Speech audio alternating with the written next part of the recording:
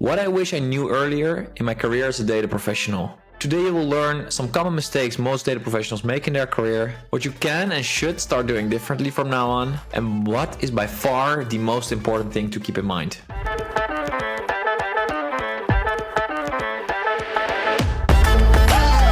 Welcome to Data and AI Talks, where we talk about everything you need to know if you work in data or in artificial intelligence, or if you want to work in this field. My name is Vincent Spruit, and I help data professionals develop their career. If you're new to this podcast, please do click on subscribe. This helps me greatly. Thank you so much.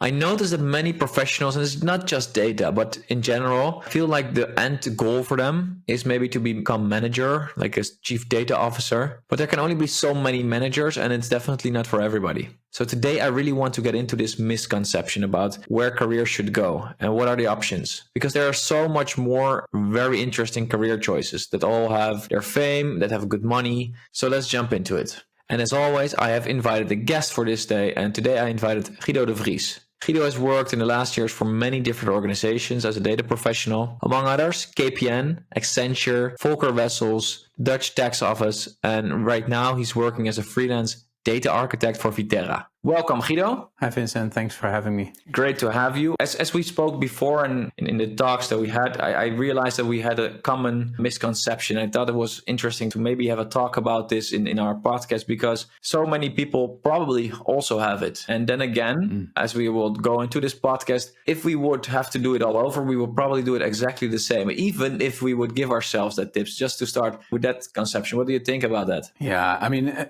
everything is a journey, right? And going from where you are to where you want to be is never a straight line. You always have to accept, ups and downs and highs and lows, and eventually everything that you collect along the way, I think, is valuable experience into becoming the better version of yourself. So just do whatever you can. But I think it is good to listen to people as much as you can, even though we are stubborn. And perhaps we can reach out to somebody who's starting in their data career and give them some valuable tips. So did you always dream about becoming a data architect? Not really, no. I started my career really as at Accenture, obviously. And at Accenture, there's a real, up or out type of culture. And I really was a very ambitious person at the time. I really wanted to become like the country director, and really the highest level within Accenture was really where I wanted to go. But after a while, I figured, yeah, this is not for me. I mean, I saw so many people in the higher levels sitting there and burning either their health or their private situation, or not having sufficient amount of sleep. That kind of thing is really what I noticed most. And I thought, yeah, I don't want to have to choose between my private life and my career. I just want to do what I want to do and be good at what I do, right? And yeah. So that's why I decided at some point management's not going to be for me. Yeah, that's a good one. I think many people, especially when you start your career, you feel like you don't really have that many options. There's a certain expectation in your mind that's not really the true expectations of other people, but it's what you think other people are expecting of you. But I will come back to that in a second. But I meant more as a child. Did you always want to become a data architect? Well, I really wanted to be an entrepreneur. I wanted to be a boss, and that is something that I learned. That I had in mind for a very long time. And I looked at the very successful people in the world in those days, were like Steve Jobs and Bill Gates and those kind of people. And I was like, I want to be like them. I want to be at the head of a big company and really want to manage people and have this expertise and experience also in having this great group of people. Well, you described two of the most rich guys in the world. Was money a part of the success? Maybe, I don't know. I wouldn't say at the time I was driven a lot by money. Rather the prestige, I think, that comes with those type of jobs. Yeah, well, if you build a company with 1 billion people, then there is some prestige in it. Or Apple, I think, is they have been reinventing the industry a lot. So they've made modern days, right? The way we interact with the world and the world around us, and with other people, and with information for that matter, and for data, obviously. They started all of this, and I wouldn't be in this chair right here if it weren't for one of them. And it's not because I personally knew them or they knew me or whatever, but it's they created the world that we get to work in every single day. and they influence you maybe. Well, indirectly, of course. Yeah, without Windows or without my MacBook that I'm currently talking to you over, I wouldn't, I wouldn't have a job at all. I would probably be making something with my hands, which is great too. But this is what I love most. Right. So you were looking up to them when you were younger. Are there people you still look up to at this point? Well, not like that anymore. No. So I do have a few people like gurus in the market that I look up to, because from a content point of view, they're really strong, and that's, I think, where we all can and should grow most. But yeah, other than that, not so much. No, not anymore. And what do you think is the difference? Is it you that changed, or is it the market that people in general are not looking up to people like that anymore? Well, I have my path, and I've created my path and visualized my path and know where I want to go, or I should say I corrected or I changed my path along the way, and it's changing maybe every day, maybe every year, every now and then. I make decisions that steer my path in a completely different direction, and I get influenced, obviously, but it's more in the smaller details. What application, what type of technology do I want to learn now, or what very specific data management process do I want to be an expert now, or that's more where I'm steering towards. So looking back at maybe the last 10 years, what would be what are some of the great accomplishments you have achieved?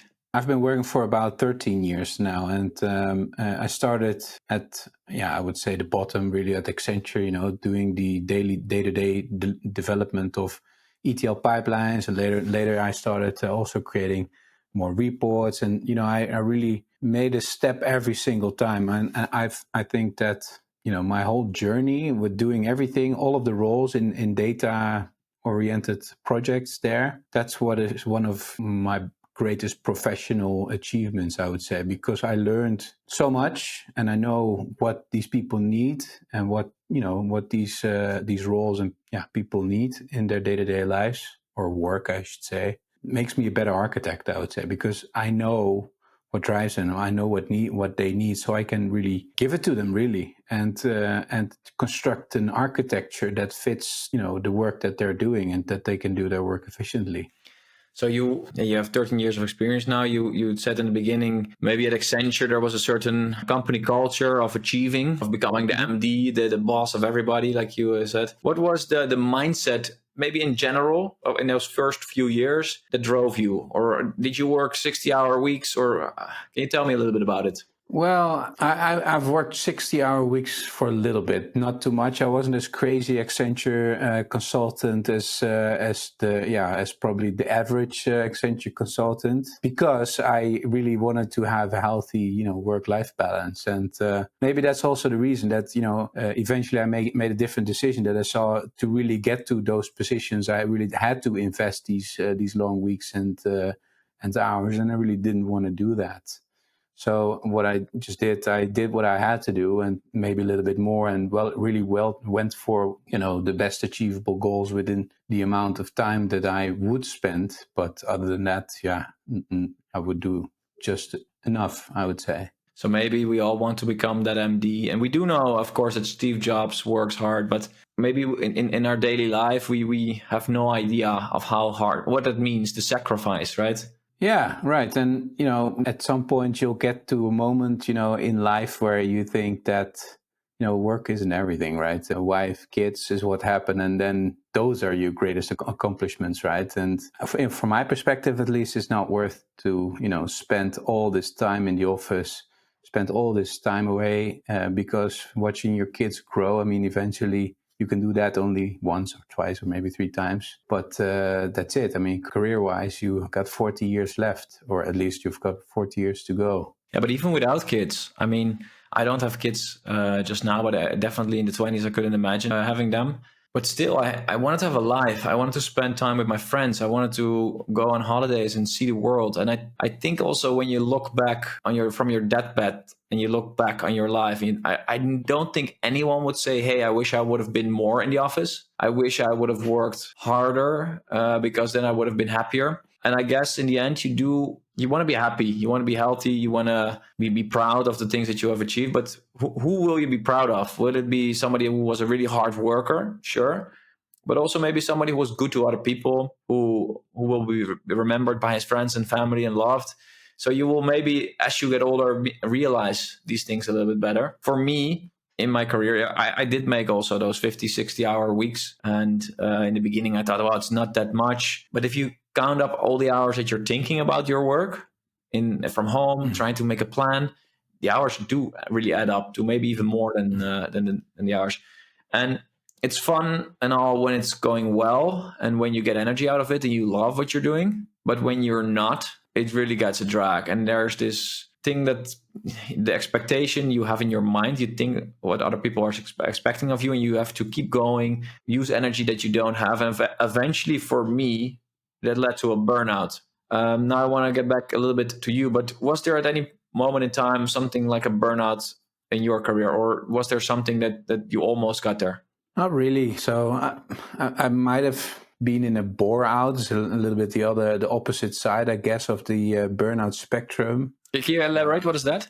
Some of the roles that I did, I was bored out of my mind, and I was just doing work that I really didn't really like with people that I didn't really like. It was constantly frustrating. Also have a very, I would say, specific way of communicating that doesn't always help with, doesn't always, resonate with a lot of people, with all people, I would say. And that sometimes brings in frustrating moments. And when you get in those type of situations over and over again, then sometimes it gets too much. But it was never that I was really sitting in the corner crying or something like that. I kept on going, but I did have some help from outside to really figure out what is it that I want to do and where do I want to go with my life, with my career, and what's important to me, and what is it that I need, and how can I change my situation so that I really get to that exact point, rather than staying in a toxic situation and continuing just for the sake of it.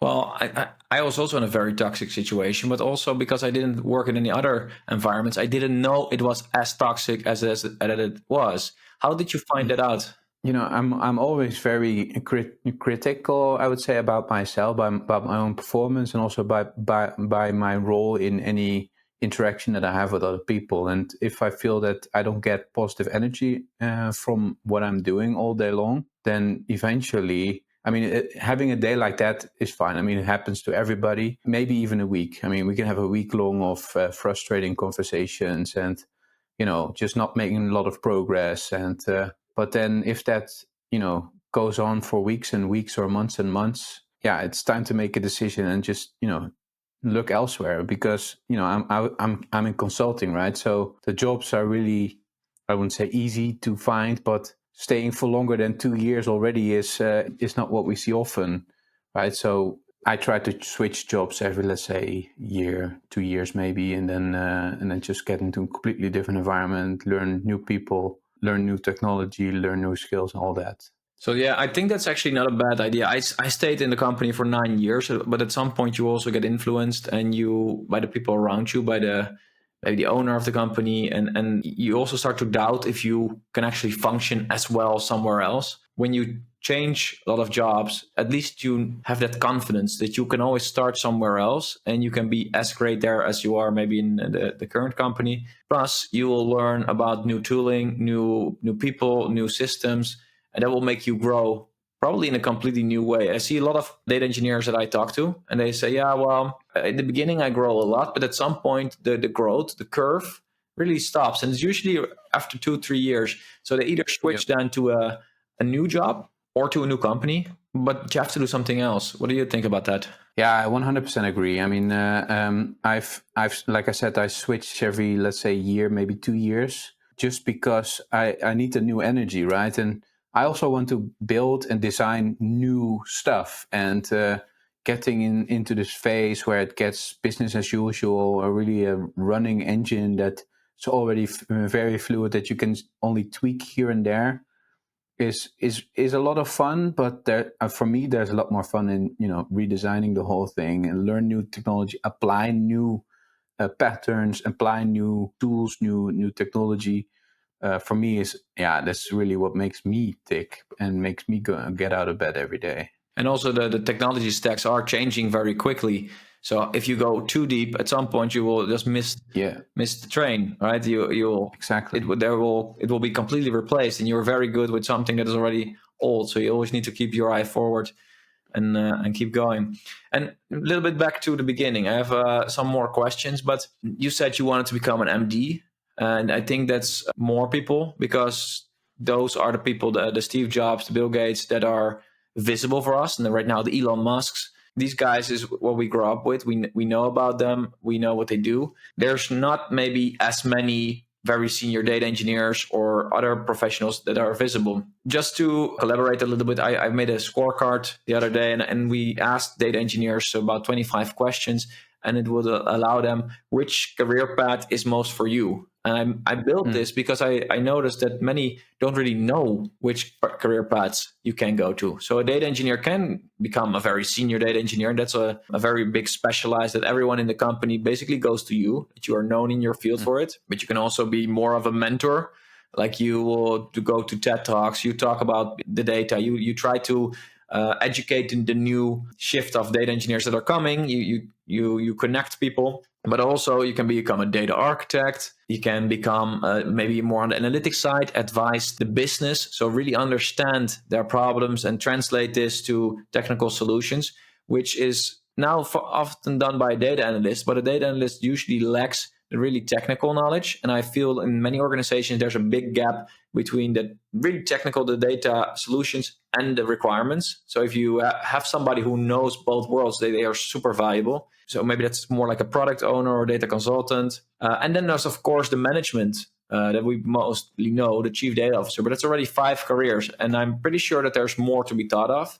Like, for example, with artificial intelligence growing, machine learning and all of that. So there's so much more options. And I think it's good that somebody explains that these exist, and that data professionals can also look into it. Like, because all of these careers they're very, within the data world, they're very important. And people look up to these people. And you can make money with any of those. Like if you work as a freelancer, you probably make more than an MD. So it's not about the money. It's really about doing something you would love. And I think for both of us, that's a lesson we learned over the last 10 years. It doesn't really matter what you do. If you become good at what you do, you will earn money with it. And it's much easier to become good at something you love, because you don't mind doing it for 50 hours in a week, right? Exactly. And, it's exact experience that I had. So what interests me most is data. And what it is in data, I don't know. I really don't know. I don't know what makes it so interesting to me, but there's so much to it. There's the operational side, like you said, and then there's building stuff, and then there's, doing actual analytics, or really predict things from happening, and all that good stuff. There's so much in there, and I don't think we've scratched the surface in the possibilities of what can be done with data. That and it's changing so quickly is what makes it really interesting to me. And eventually, this where I am now, data architect, is where I feel comfortable right now. Who knows where I'll be in 5 years? But I know one thing that's going to be pretty sure is that it's going to be something in data. Or the next best thing that will come, maybe it will be an AI, or maybe, I don't know. AI is in my opinion, is a topic really around data, right? It's the application of data, and so is data science, and so is BI, and so is data quality, and so is data management, and everything. It's data what we're all working with, right? And what we're working around. And we're all doing these different types of, applications and different types of activities with data. But it's all what sits in the center is all going to be data. If you look back at your career of the last 12 years and the development that you made, was every step that you made key, or was there something you said, well, I would have skipped this one? Basically, what I'm trying to figure out is there a shortcut to success? No, I'm really thinking, but every step that I've taken, every experience that I gained was valuable in a way, and even the lesser, let's say, positive ones, right? The ones where I had these frustrating conversations every single weekend. They really taught me something, I think, completely different, and maybe even more farther away from data altogether. It's about even data, even everything in IT. I would say is about people, right? And is about learning to communicate and learning to understand other people, and being able to work with other people, because there's nothing in this world that we can do all by ourselves. We always need a group of people around it to make it a success, even especially when we're doing it for someone else. Again, so would I skip any of these experiences that I had over the past 12 years? No, not one of them. Some of them I learned more technical, detailed stuff, and the others, like I said, more experience or more people related. And is there anything that you would tell your starting self out, if you could right now? Is there any tips that you would have for him?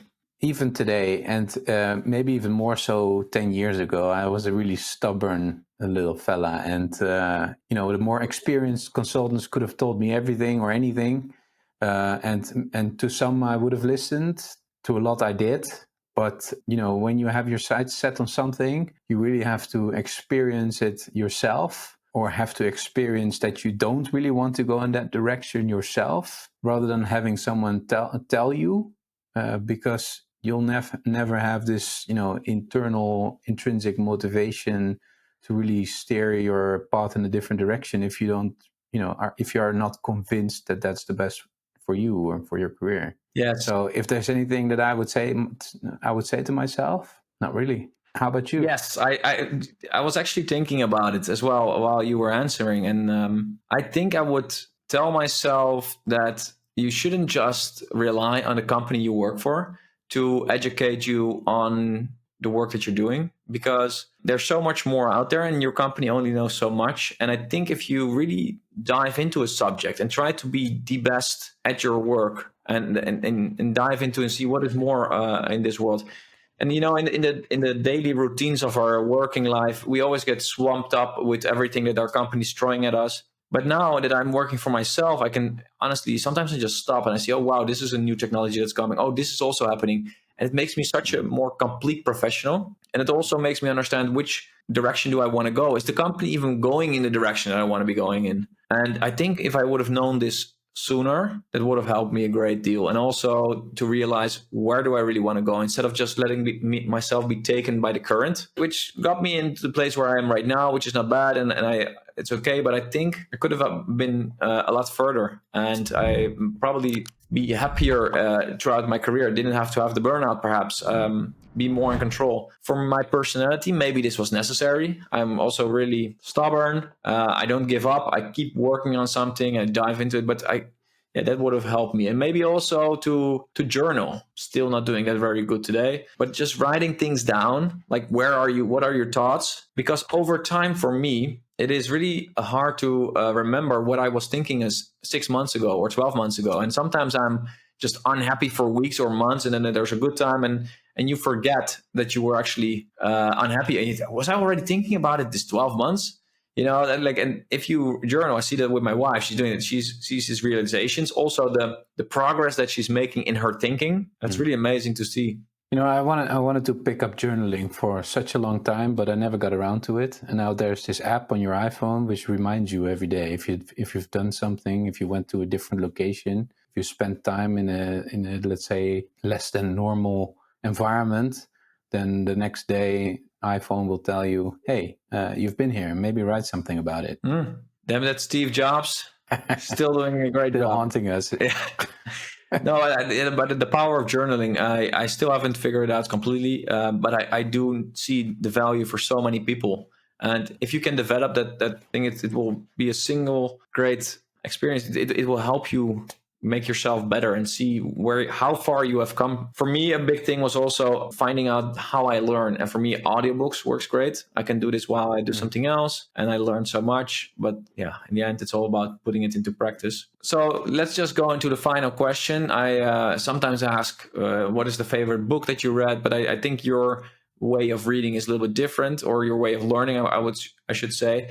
What would be a guru that you would definitely advise to other people to listen to or to subscribe to? So there's so much amazing content, I think, everywhere. I have a couple of platforms where I consume content all of the time. I guess everybody does. But for me, the two, let's say, thought leaders that I follow most, also in my day-to-day activities, are Marco Wobbe and Ronald Damhoff, two really great data architects or data modelers or information modelers that especially, that have formed an idea on how to do this and how to tell a story to business, how to do data, and how to organize data. That made it a lot easier for me, especially the time when I, reinvented myself, I would say. I got to learn these guys, and they were really eye-openers for me. I was like, oh my God, so this is what we can also do with data, and this is how it can also work, instead of, doing this fixed set of patterns all throughout. Where do you follow these guys? Is it in LinkedIn? Yeah, LinkedIn. They have a couple of videos on YouTube here and there, but it's more the thought leadership that I have, the models and the way they think about data that you can learn basically everywhere. There's a couple of trainings here and there about how they work that really worked for me. So, okay, maybe follow one of their trainings. And is this specifically for getting into data architecture or just in general? I would say more in data architecture and chief data officer type roles, because eventually it's about how to roll out data from an enterprise point of view, how to talk to, let's say, C-level management about how to apply data and how to manage your data organization, rather than how to build the next best data pipeline. Marco Wobbe is more on the area of how to analyze business so that I can form an information model and coming out of that a data model. Great, thank you so much. Any last things you want to add? Well, there's just one thing. I mean, if there's one thing I could have said to myself 10 years ago, I mean, I think we touched upon this already a couple of times the past 20 minutes, is, keep on doing what you love. And if it's data, then, be amazed by what happens every single day, and how this world is changing, and how we can make this world a better place with what we do.